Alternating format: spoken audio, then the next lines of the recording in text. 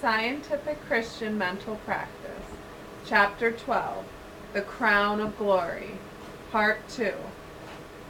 Some find themselves having new diseases, new pains, new trouble every day. They can all be traced to the bondage of the mind, to some one idea or another. The Sunday affirmation of science is good for such people. It is one you also must keep for Sunday. It is, while knowing all things and doing all things, I am independent of all things. I am absolutely free. This will make you out of the clutches of your old drugs. It will take you out of the clutches of your idea that it is wicked to use drugs.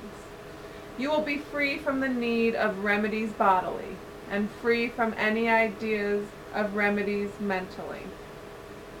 It is the same with old age. The word of the Spirit is eternal life. There is no old age in spirit. The knowledge of this will set you free from the clutches of old age physically, and from the clutches of old age mentally. The same is true of riches. Outwardly you will be well provided for. Then you will feel free. Mentally you will never drink or think of coming to want. You will never get to imagining what you would do if you should come to want. This is real freedom. We must get free from our ideas. God is freedom from ideas. God is the free substance that penetrates and pervades all things. If you are afraid to do anything because somebody might not like it, you are tied to their ideas. You must do as it is right to do because you are pleased with the right, or you have not learned the 12th lesson of science. You are not happy if you are not free. You must begin the description of the perfection of the world in which you live. You are glad that the free spirit is flowing through the airs.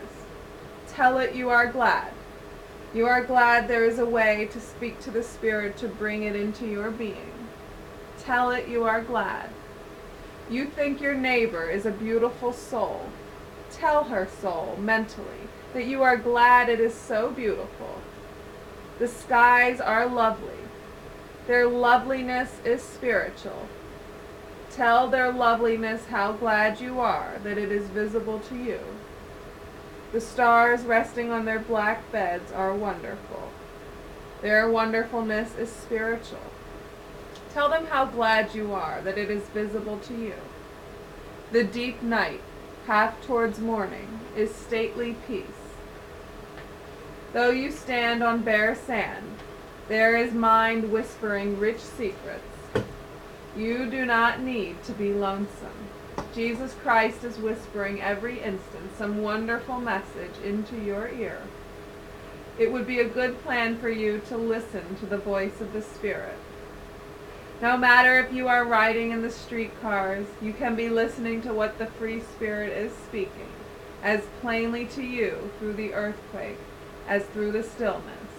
Only we do not think we can listen to a voice within a sound as well as to a voice within stillness. There is a chance for the most unhappy person among you to breathe out your unhappiness and breathe in descriptions of the things you are glad about, till you hear the fine voice of nature, till you see the finer side of all things. You get above the ideas of your world. You are free from them. You get above even the idea of freedom. You see, the idea of freedom takes with it the idea of bondage of some kind. So you are neither free nor bound. You are not on that plane. You do not talk about riches, for that idea conveys the idea of poverty. You are neither rich nor poor. You do not live on that plane. You do not say you have dominion over all things, because the idea of dominion is the same as the idea that somebody is inferior in some way. You are neither inferior nor superior. You do not live on that plane. The spirit never gets caught on any of those hooks. It is not inferior to your understanding, nor superior to it. The Spirit is one with your understanding. So the Spirit has no dominion over you. It is one with you. You do not talk of destroying your temper. You have no temper to destroy. You do not talk of getting free from poverty. You have no poverty to get free from. This is the effect of using the 12th statement of science. You sometimes hear scientists make these statements, and they sound dangerous. They only show that they are thinking just as the 12th lesson led them. Every Saturday afternoon you ought to have a special proclamation. If you have a good realization of the meaning of what you say that afternoon, you will keep free from complaining about your disappointments or troubles, even within your own mind. Why should you tie your mind to a stake and swing back and forth like a rag in the wind? If you tie your mind to a single idea, you will miss the 12th lesson. There have been many people who have missed the 12th lesson because they have stopped to whine and to wail. They tied themselves to an idea that they did not like one thing and howled all night long over it. Of course, these cases came for a 6th treatment and said they were not cured. Of course, the same old affair faced them again for the 6th time. You must not tie to an idea of anything being bad. If we speak of it, let us quickly give the 12th lesson law to our mind. That is, we say nothing more about it. We think nothing more about it. We ignore it utterly and talk about something we like. We think about the true premise we have taken, whereby we propose to think that if evil is not a reality, we do not mean to deal with it. Now, whatever proposition you have made up your mind to, can you not stick to it? Of all things, if it is true that there is a substance of delight called mind within ourselves, and we can make whatever thought we please by thinking that way, we shall be very silly indeed if we do not choose a noble thought about ourselves instead of an ignoble one. It is a noble thought to say, I am satisfied with the world in which I walk. All things please me. Near me is the presence of good, and afar off is the good. You are all creations of the living God, perfect, harmonious, satisfying. You will find this is a good idea with which to work out your happiness. Having your mind filled with this idea, you cannot have another idea in it. This idea results in happiness. It is the one to take when you feel like comparing your lot in life with what you wanted it to be. It radiates your work with the green of the amethyst stone. It will gladden your home with the yellow sunshine of the topaz stone. It will make peace and harmony among your friends like the sapphire blue of heaven. It will redden your business with the ruby wine of prosperity. It is what was so gloriously demonstrated by Peter and John.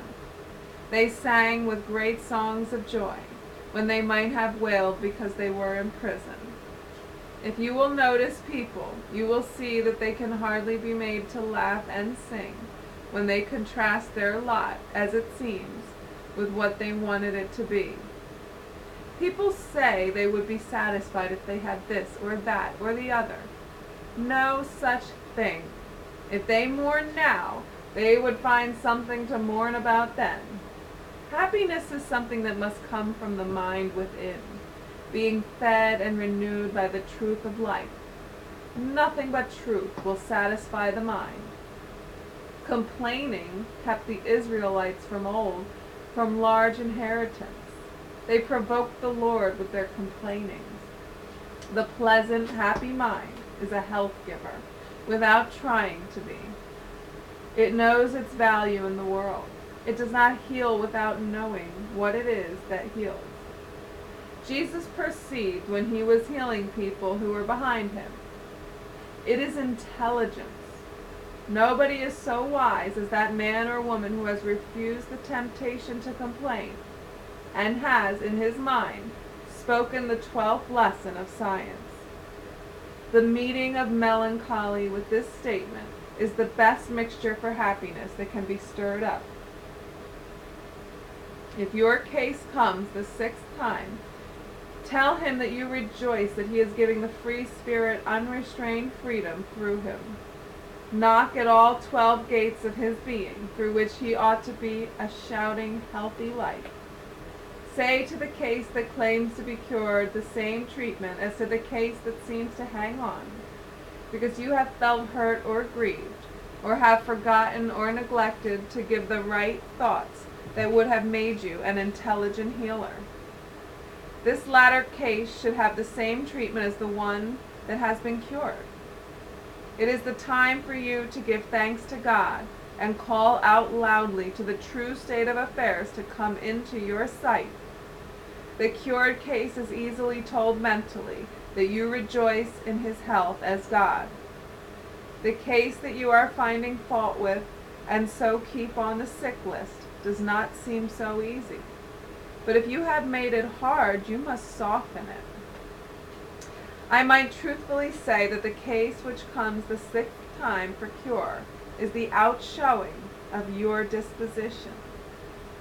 A good disposition through and through is a happy disposition, and a happy disposition will cure anything. A happy disposition, mixed with scientific words, makes a quick understanding of how to speak mentally to a sick or unhappy being, and bring him instantly out into the right state. A good disposition, mixed with these lessons of science, will make a perfect memory.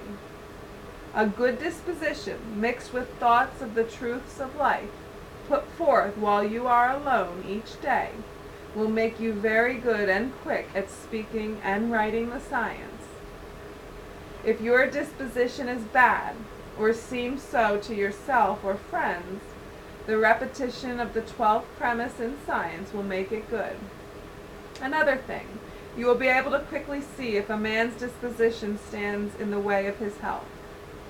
A lady who had trained her disposition to be smiling and cheerful had been treating a patient who believed in sore eyes for a long time. One day she spoke mentally, very impetuously. You, as spirit, have no bad temper. The next day the patient came, all cured. That practitioner said she would sometimes be 6 weeks treating a case and not stir it. Then she would suddenly say mentally, you never could, as a spiritual being, feel dissatisfied with your son. Or she would say, you as spirit can say that you as spirit cannot be unjust with anybody. These sudden thoughts, she said, seemed to cut a tough thread that was holding the patient's mind from thinking of health. These little cuts at the strings that hold a case in pain or sickness are what come from your mind as naturally as seed comes up into corn and wheat. No teacher can tell what to say in particular to a case. They can only give the general treatment. The general treatment leads up to the particular one. There is a verse that has helped a great many people into good courage. It is this: He who hath led me on this way, still on the way will show. He who hath taught me of this way, still more will make me know. It means that if God, in his infinite kindness and mercy, has put this science before us and led us into it, he will see that we go on to its end. It is as with David when he was taken from the sheepcote, the following after sheep, and put into the king's palace. God elected him and fitted him for this place. So, if you have chosen to learn the science, chosen to practice it, God, the infinite mind, will give you strength and fitness to fulfill each task set before you. Sometimes you will seem to be in great trouble, but you will never go under. Calamity will never overtake you. Probably the most prominent practitioners have had the very hardest troubles to encounter, but they never go under. They are always lifted safely over. A ship on the ocean dips low and rides high. So you are built if you have these lessons in your mind. They have gone out like angels to prepare your way for you. They have taken deep eternal hold on your mind and body. Jesus said, "Fear not, little flock." And so I say to you, be faithful to the lessons. Be faithful to this last lesson, which goes down into your deep nature and takes hold of your disposition to make it divine. If a case comes cured the 6th day, it is a sure signal that you have gained a victory over your disposition. You have won the amethyst stone. A very simple, trusting practitioner who had entirely given her life to the spiritual doctrine had an amethyst given her. She took it as a signal that she had been victorious over her disposition. She thought to herself, "It is a sign that when I wanted to complain, I promptly spoke the last treatment of science." She had a topaz given to her. She took it as a sign that she had put cheerful, buoyant words out into her affairs when they troubled her. "The outward conditions are so dependent on my thoughts," she said, "that I feel as if there were sermons in brooks and books in stones, telling me how I am getting on." One teacher used to talk to herself first as a newly born, perfect child of the Spirit, as she was when 1 year old, then 2 years old. She told the little thing what a miracle of God would be wrought for her some day.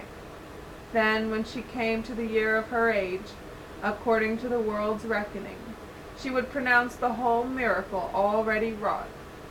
She felt that it was very important that she be every whit whole in her mind if she was to teach science. No matter what the patient of yours would say to you personally, if you were to see him or her now, you may give him the 6th treatment, which is the last lesson of science. You will be faithful in giving it to your world every Saturday afternoon, and you will treat every case, no matter how it seems to this teaching, if it comes the 6th time. Follow me. I will speak to the one who used to believe in disease. You are a perfect creation of the living God, spiritual, harmonious, fearless, free. You reflect all the universe of good.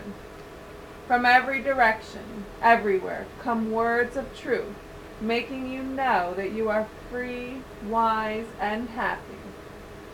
You are satisfied with the world in which you live. You show forth to the world health, wisdom, peace. You show to me perfect health in every part of your being. You are fearless, free, strong, wise, and able to do everything that belongs to you to do each day. God works through you to will and to do that which ought to be done by you. You are a living demonstration of the power of truth to set free into health and strength for living service to the world. You acknowledge to the world that you are every whit whole. You acknowledge to yourself and to me that you are well and strong and alive through and through. God is your life, health, strength, and support forever. In the name of the Father, and of the Son, and of the Holy Ghost, I pronounce you well and strong. As God saw the works of his hands good, so I see you good. All is good. Amen. End of chapter 12. And in synopsis of chapter 12, which is the final chapter of this book, we have the amethyst stone as our final stone, which is the symbol of the 12th lesson. And the 12th lesson is all about divine love. It's about letting love enter our life and feeling love for every person and everything. Because once we have eliminated the idea that there's anything to hate, all that's left to do is love. And love is the greatest power in the universe. It's stronger than anything, any treatment that we can give, any words that we can speak. The pure feeling of love is the highest expression of God, and loving people heals them without even having to try and heal them. Just loving a person and appreciating them. And Emma talks about taking all your tithes and gathering them together. And what tithes really represent, they don't mean giving money to the church. That's just a way that the church has twisted things to extract money from people.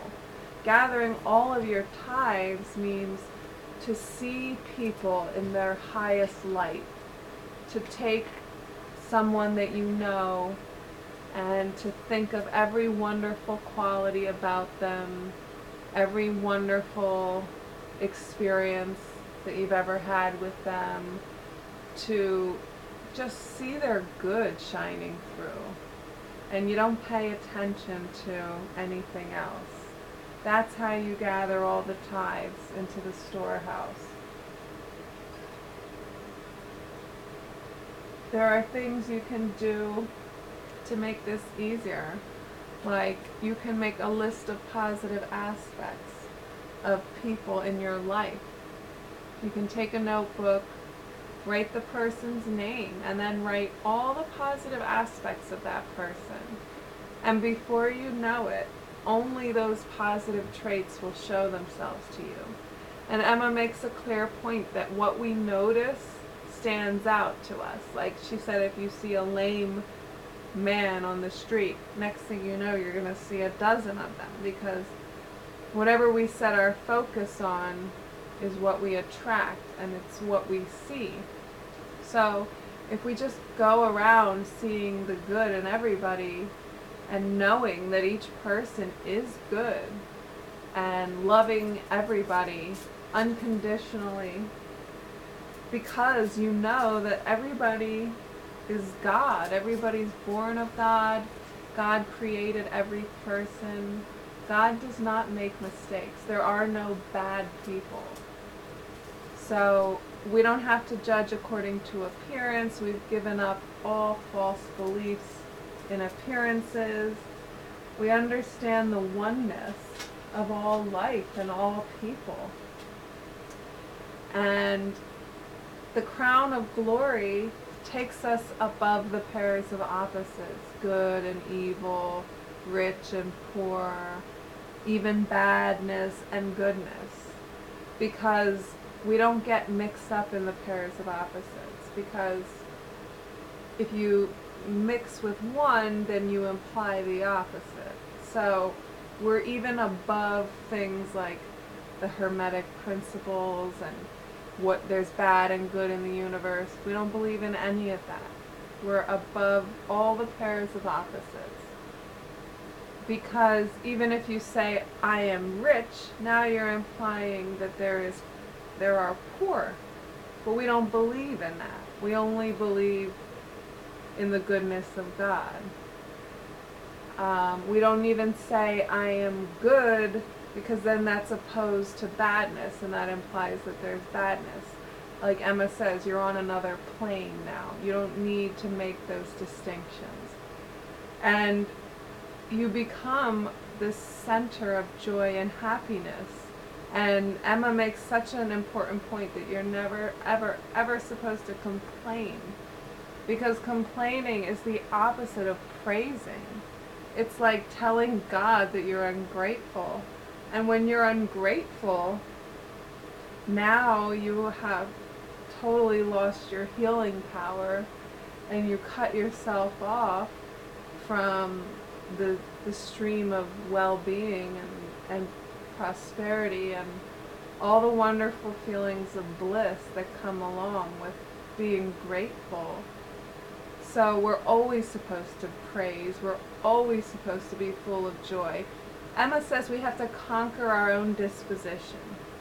And everybody has parts of their personality that are not joyful and praiseful, you know. As human beings, we all have little feelings of self-pity from time to time about how you wish things would have been different. But Emma says you never give in to those feelings. Never mourn, never cry, never grieve, because you're supposed to be joyful all the time. You're supposed to conquer your own disposition. And if you have a cheerful disposition in life, then you're going to be a wonderful healer. Happiness is the strongest power. It's like love. It cures all things instantly. If you have a person who is sick or upset and you're full of joy and love and happiness, you're going to heal them very quickly and easily because it's contagious, it's infectious, and it's such a stronger vibration than misery. It's going to completely obliterate their lower vibration of misery. But if you have a shaky disposition where you're sometimes prone to mourning or grieving, then your ringtone or your keynote or your vibration isn't going to be strong enough to wipe out those lower vibrations when you encounter them. So you have to be strong, you have to be disciplined, and you have to conquer your disposition and just decide that you're going to be happy every single day of your life. Decide that you're going to be grateful every single day of your life. And it's totally within your power to do so. You don't ever have to succumb to feelings of grief or despair or pity. And if you find yourself wishing that things were different than they are, just know that that's the part of your disposition that needs to be uplifted and conquered. And you can do that through this science, through continuing to listen to these chapters. I have also made a playlist with just the 12 principles summed up very briefly. These are the 12 statements and treatments that Emma wants us to practice daily. And I call that the 12 principles of spiritual science. You can listen to that every day. You can just set your intention that you're going to be cheerful and you're going to be happy all the time. And you're not going to let anything interfere with your happiness. And you will be lifted above every challenge in life. And it's such a place of freedom, and it's such a place of security, like Emma describes. Nothing can ever threaten your sense of well-being. You just rise above it all. And she talks about how Jesus loved all people. And she talks about the resurrection, which is you resurrecting your life through a renewed feeling of happiness and love. Every condition is demanded to show itself perfect to you, just like Jesus cried with a loud voice, "Lazarus, come forth." We are supposed to declare with a loud voice to someone that we're healing or a condition that we're healing. We demand it to show itself to us in its finished perfection. So this is the accumulation of all the 12 lessons, and it's such a beautiful chapter. And I'm so glad that you made it to the last chapter of this book. That's really an accomplishment. And it really shows that you are taking this science seriously, because it is a life-changing science. And like Emma says, it will take root in you, and it will send angels out ahead of you to clear your path. And no matter what adversity you ever face, you will be lifted above it. So you never need to fear. This science wipes out any sense of fear. You can just live in total peace and security. And I think that's the greatest gift of this whole science. And so let's just briefly summarize the whole book. Chapter 1 was the statement of being, where we declared that the good we are seeking is our God, and we declared that there is good for us, and we ought to have our good, and that there's good for everyone, and everyone ought to have their good. And we're stating that God is good, God is truth, God is intelligence, God is light, God is love, God is spirit. We are saying that the good we are seeking is our health, our strength, our support, our defense, our substance. We're declaring God to be omnipresent, which means everywhere present. We're declaring God to be omnipotent, which means all powerful. And we're declaring God to be omniscient, which means all knowing. So if God's everywhere present, all powerful, and all knowing, then there's nowhere that God is not, and there's nothing that God can't do, and there's nothing that God doesn't know. And we know that we're one with God, and we're in the mind of God, so we know all things.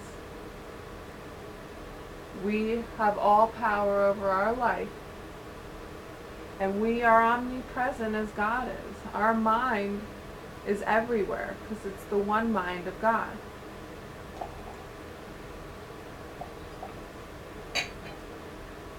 And so, we also know that God works through truth. And by declaring the truth, God is working through us. That's such an important statement. God works through truth. By us speaking the word of truth, we are making a channel for God to work through our life. We're making ourselves a portal of God's energy.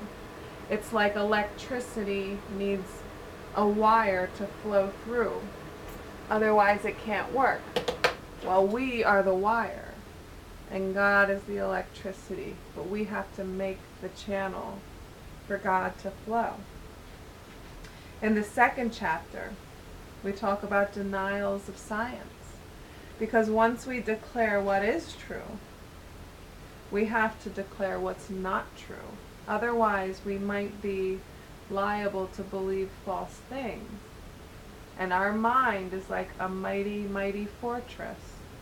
Our mind is fertile and potent. And if ideas take root in our mind, they will grow. So with denials, we're ripping out the weeds, the things that don't belong in our mind, that will corrupt us, that will cause disease and misery and death and old age and poverty and all the things we don't want. These are the weeds we're uprooting. We have to tend to the soil of our mind. So we declare that there is no evil. Because if we believe in evil, now evil has taken root in our mind. Now we've made a covenant with evil. No, we do not give evil any foothold in our mind. So we say there is no evil. And that's easy for us to believe when we know that God is good and that there's only a force of good in the universe. There is no force of evil. There might be an appearance or an experience of evil. But only evil is just an appearance. It has no reality back of it. The only enduring reality is good, because God made all people good. But God made all people with volition and with 100% freedom to choose. God couldn't make us mechanical beings. He gave us true life. He made us in His own image and likeness, which meant that we have infinite possibilities to choose from. But it's our duty to choose good. But having infinite possibilities to choose from and having free will, maybe some people mistakenly choose to do the wrong thing, and that's what we call evil. But there's no force of evil. It has no lasting power. It's not eternal like good. It's just a mistake. It's just ignorance and foolishness, which is nothingness in the end. In the grand scheme of eternity, which is God and which is good, evil is nothing. So we claim that there is no evil, and we have every right to claim so, and we have every reason to believe so. We claim that there is no matter, because there's only one substance in the universe, and this has been proven by science. And this substance is a spiritual substance. It's alive, it's moving, even where there appears to be inert matter. There is substance, spiritual substance moving through it. 1,000 million gazillion atoms dashing around at a speed that is too fast to even comprehend. That's the spirit. Nothing is matter. It only appears to be dense and solid when we look at it. But quantum physics has already proved there is no solid substance in the universe. Everything is moving. Everything's alive. There is no matter. And when we wipe away the idea of matter out of our mind, that's all the hindrance we know. Every obstacle in our life is just the idea of matter. Something that can't be moved, something that's stuck, something, even conditions are matter. But all they are is an effect. They have no spiritual substance. They can be as easily changed as our next thought. When we decide to think something new, because us, being spirit, has power over the physical world. No physical thing can stand in our way, especially when we declare and know that there is no matter. That will dissolve all obstacles right out of our way for us. So we have every right to say that there is no matter. And it's good to declare that in my idea of good, there's no mixture of evil. We don't want to believe that there's a little bit of evil, but mostly good, because then we're allowing evil to take root in our mind, and like a weed, it will spread.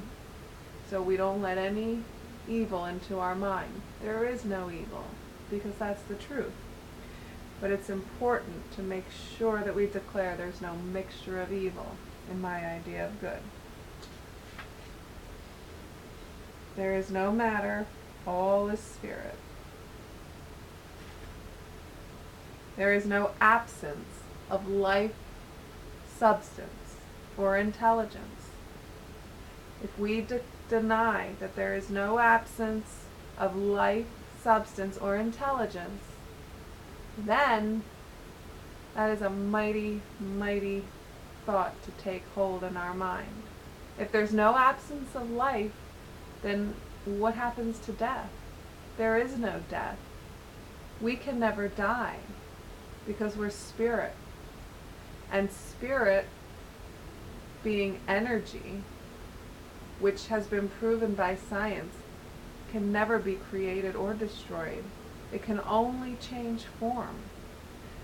So the appearance of death loses its sting. The only thing that can happen to us is that we move from one plane of existence to another. We, as spirit, can never die. Our life continues on and on forever, whether we're in this dimension or the next. So by knowing that there's no absence of life, we don't ever have to look at anything as if it were dead. Because the principle of life can never produce death. Death is an illusion, just like matter is an illusion, just like evil is an illusion. Again, we don't judge according to appearance. We judge righteous judgment. There's no absence of life substance. There's no absence of substance. By putting this thought in our mind, we can never again feel lack. It wipes away all lack mentality. Because if there's no absence of substance, that means that the substance of God, which is this one unified field of energy, which is everywhere present and ready to spring forth into form anytime. God is this infinite field of energy, but it's a substance.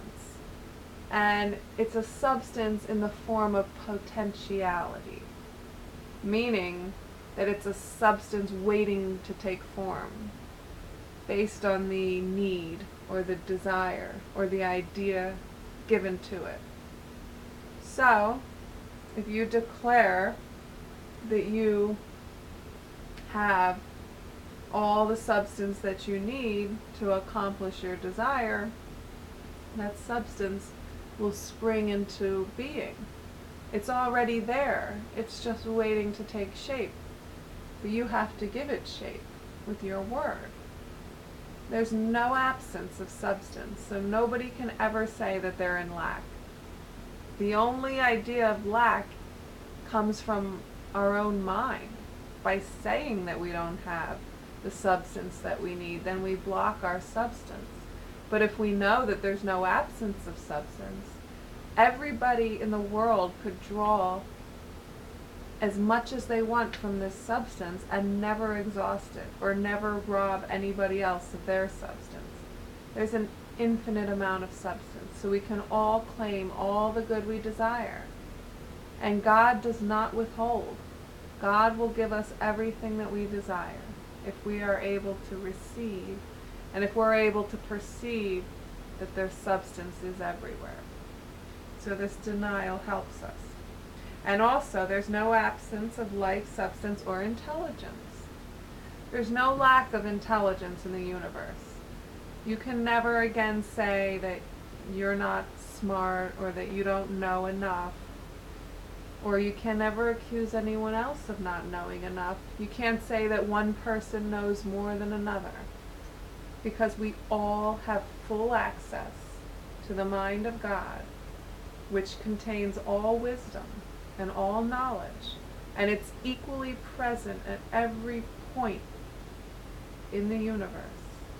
So nobody has more access to wisdom than anyone else. We are all equal partakers of the wisdom of God. There's perfect intelligence everywhere, and nobody is left out of this. Everybody has all the intelligence that they need. Again, we don't judge according to appearance. If someone seems to be less intelligent, it's not that they are less intelligent. It's that maybe they haven't tapped into their full potential yet. So, we know that there is no absence of life, substance, or intelligence. Now, this isn't a denial, but this is one that she threw in there, which to me is everything. And it's one of the most profound denials of all time. There is no apartness. There is no apartness. We all live in this one infinite field. And in this infinite field is contained all past, present, and future. Nothing is separate from us. The things we love, even if we haven't manifested them yet, they're already with us. They're with us on the subconscious side of life, which is where past, present, and future are all one, because there is no time and there is no space in this middle realm. And that also means that if we have loved ones that maybe have passed on or departed, they're not apart from us either. There is no apartness.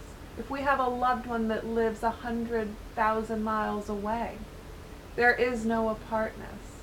We're still connected because there's no separation in this infinite field. And consciousness can never forget. If your loved one passed on, you're still linked forever in consciousness. And that which consciousness created can recreate.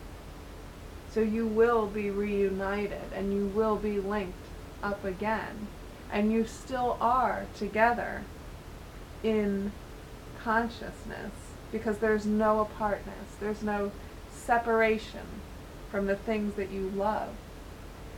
If it's your prosperity that maybe hasn't manifested yet and you tell yourself there is no apartness, you can already enter into the full enjoyment of everything you ever wanted.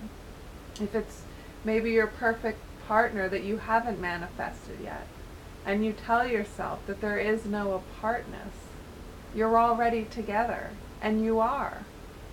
On the subconscious side of life, where past, present, and future don't exist. They all exist in the eternal now.